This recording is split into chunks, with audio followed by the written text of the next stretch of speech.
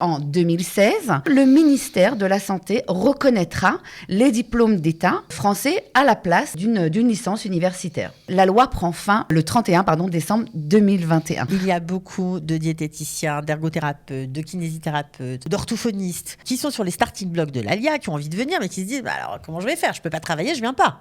Les professions réglementées et les équivalences, les dossiers Qualita, en savoir plus sur l'ALIA.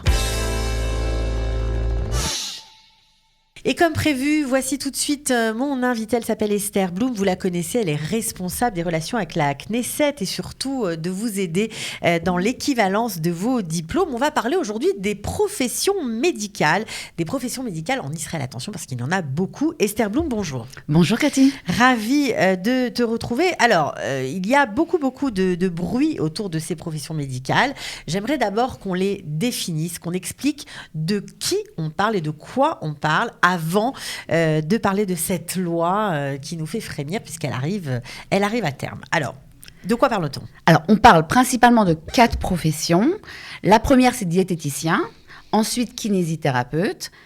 Ergothérapeute et ensuite les métiers qu'on appelle les métiers de la communication, qui sont les métiers de la parole et de l'ouïe, qui en fait dans les pays francophones et européens sont divisés soit orthophonistes, logopédia pour les personnes qui étudient en Espagne par exemple, et audiologie pour les personnes qui étudient en Belgique. Bon, alors on le sait, en France notamment pour obtenir un diplôme dans les professions que vous venez de citer, il n'y a pas de licence académique, mais un diplôme d'État. Et c'est là que le bas blesse, puisqu'en Israël, l'État ne fonctionne pas comme ça. En tout cas, ça ne fonctionne pas comme ça et ne reconnaît pas le diplôme d'État. Alors, qu'est-ce qui a été mis en place pour aider toutes ces personnes ? Alors, à l'époque, c'est-à-dire quand justement il y a eu une loi qui est venue imposer en fait la réglementation de ces professions en Israël. Donc, à partir du moment où ces professions ont été réglementées, ils ont fixé que le diplôme devait être une licence, donc à niveau académique universitaire. À l'université. Tout à fait. Pour les Israéliens. Et donc, automatiquement, quand la loi régit une profession, elle va définir aussi ce qui se passe pour les Olim Hadashim. Et donc, elle impose que pour les Olim Hadashim aussi, ils doivent avoir une licence. Oui, mais sauf que ce n'était pas tellement juste, puisque les pauvres kinésithérapeutes, diététiciens, etc., eux ont un diplôme d'État. Alors, qu'est-ce qui a été décidé ? Alors, tout à fait. Ils ont un diplôme d'État qui n'est pas encore, dans certaines professions, c'est amené à être un grade de licence, mais pour l'instant, ça ne l'est pas encore. Donc, tant que ça ne l'est pas, nous sommes avec cette problématique. Qu'est-ce qui a été décidé ? Il a été décidé en 2016 que le ministère de la Santé reconnaîtra les diplômes d'État français à la place d'une licence universitaire. En tout cas, un diplôme qui est délivré par une instance reconnue, puisqu'on ne parle pas seulement de la France, ça existe aussi en Allemagne et en Espagne, par exemple. Ouais. Donc, un diplôme reconnu, un permis de travail, etc. Que ce soit un vrai diplôme du pays ressortissant d'où vient le Olé Hadash. Donc ça, j'imagine que ça a été grâce au travail des associations, notamment, qui ont beaucoup bougé pour être pris en compte. Mais c'était aussi dans un contexte international particulier, un contexte français un peu triste, on va dire. Mais c'est vrai. On peut en dire 2 mots. Vous pouvez nous expliquer pourquoi finalement c'est vrai ils ont été convaincus. C'est vrai. Enfin, une des raisons pour lesquelles en fait les responsables des associations à l'époque ont convaincu la Knesset et le ministère, c'est de dire voilà, il y a une vague d'antisémitisme. On est en 2015, d'accord. Il y a une vague d'antisémitisme en France et on veut ouvrir les portes aux Olim Hadashim de France, aux nouveaux immigrants de France. Okay. On ne veut pas leur former parce que nous on leur disait vous fermez la porte. Mais là ils ont dit d'accord, on veut ouvrir une fenêtre. On veut les laisser venir s'ils ont envie de venir travailler en Israël, vivre en Israël et donc avoir une possibilité de travailler. Il faut au moins pouvoir se présenter à l'examen. Déjà. Tout à fait. L'examen d'équivalence. Vous savez bien Cathy aujourd'hui qu'il faut faire un examen. L'examen d'équivalence. Oui. Alors donc la loi a été amendée. Tout à fait. Et on peut aujourd'hui se présenter à l'examen. Tout à fait. Depuis, il y a des dizaines d'Olim Hadashim dans ces professions qui ont fait toute la procédure et se sont présentés à l'examen.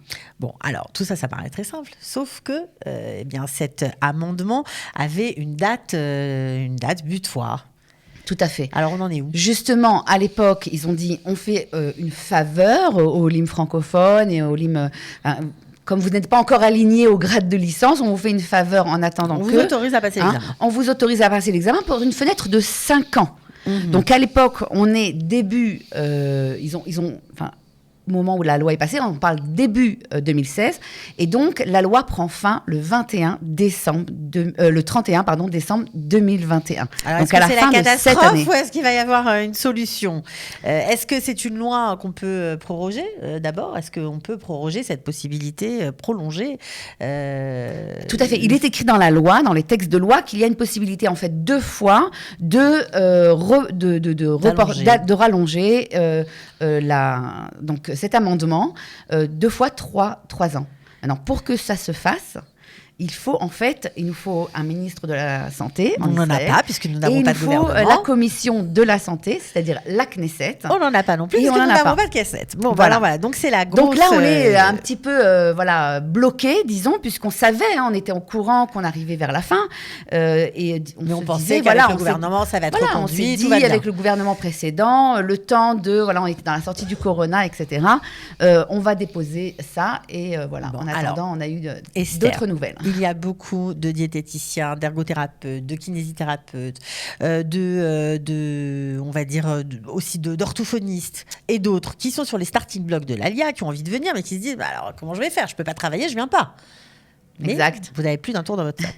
Alors, qu'est-ce qu'on peut faire? Alors, nous, on va donner un conseil aujourd'hui. Aujourd'hui, on donne un conseil justement à toutes les personnes de cette profession et leur dire, venez déposer un dossier aujourd'hui au ministère de la Santé israélien. Faites-vous connaître. Qu'on soit avant l'ALIA, qu'on soit déjà en Israël, mais on s'est dit, ça va, j'ai le temps, je le ferai plus, je ferai mes équivalences après, j'ai mes enfants, j'ai ci, j'ai ça. Non, on dépose un dossier, on ne sait pas où on va. Exactement. On dépose un dossier, c'est le plus important. On dépose un dossier. On pense, puisque par rapport à l'expérience en fait, qu'on a accumulée dans d'autres dossiers, qu'à partir du moment où on dépose un dossier, on sera sous le coup de la loi, du 4e amendement. Donc, réservez-vous, offrez-vous en fait cette possibilité. Vous l'avez encore, donc faites tout ce qui est dans votre possibilité pour pouvoir en fait plus tard continuer. Il faut savoir que quand on dépose un dossier, ça va encore prendre du temps. Il va y avoir des échanges avec le ministère. Mais ça veut dire qu'au moins, quand si jamais il y a un problème, si on dit non, c'est pas possible, etc. On peut peut-être, on verra si ça marche, mais dire au moins on est dans le cadre de la loi, puisqu'on n'est pas encore en fin décembre 2021. Donc j'ai déposé mon dossier, j'ai le droit de passer l'examen. Enfin, en tout cas, c'est plaidable. C'est ça. Nous, c'est ce qu'on pense. En tout cas, c'est ce qu'on pense faire. Et plus il y aura de dossiers déposés, en fait, plus on pourra les défendre. C'est toujours le nombre qui gagne. Et on ne parle pas, bien entendu, de terminer toute la procédure et de faire son alliage d'ici la fin de l'année. On dit déposer un dossier et après, être reconnu, en fait, des autorités du ministère de la Santé. Ensuite, le ministère va vous écrire, il va y avoir des échanges. Ne pas rater le coche, quoi. Voilà. Ensuite, il y a l'examen à passer. Peut-être que l'examen sera pour la session de 2022. On ne peut pas savoir. Mais donc, voilà. Alors, qu'est-ce qu'on fait concrètement? Comment on dépose son dossier? Alors, pour déposer son dossier, toutes les informations sont sur notre site internet. D'accord. www.emploi.org.il.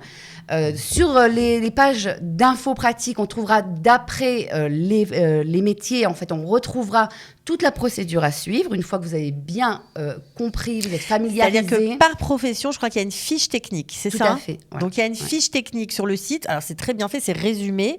On liste en fait tout ce qu'on doit faire. Toute la procédure, tout ce qu'il y a à faire. Donc il faut déjà prendre connaissance en fait de la procédure, des documents à rassembler.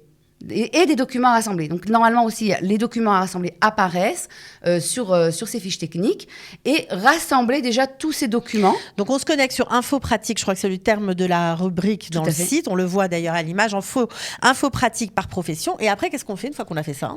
Une fois qu'on s'est familiarisé, on va rassembler les documents dont on a besoin pour déposer un dossier. D'accord. Il y a une autre rubrique sur le site? Il y a une autre rubrique où vous vous tournez vers nous, ça s'appelle Aide. À la reconnaissance de diplôme, d'accord? Donc, il y a une page qui est sur le site aussi qui s'appelle Aide à la reconnaissance. Vous rentrez sur cette page, vous remplissez le formulaire et vous nous envoyez, en fait, les documents que vous avez rassemblés. On check ensemble si les documents sont les bons, s'ils sont conformes à ce que demande le ministère.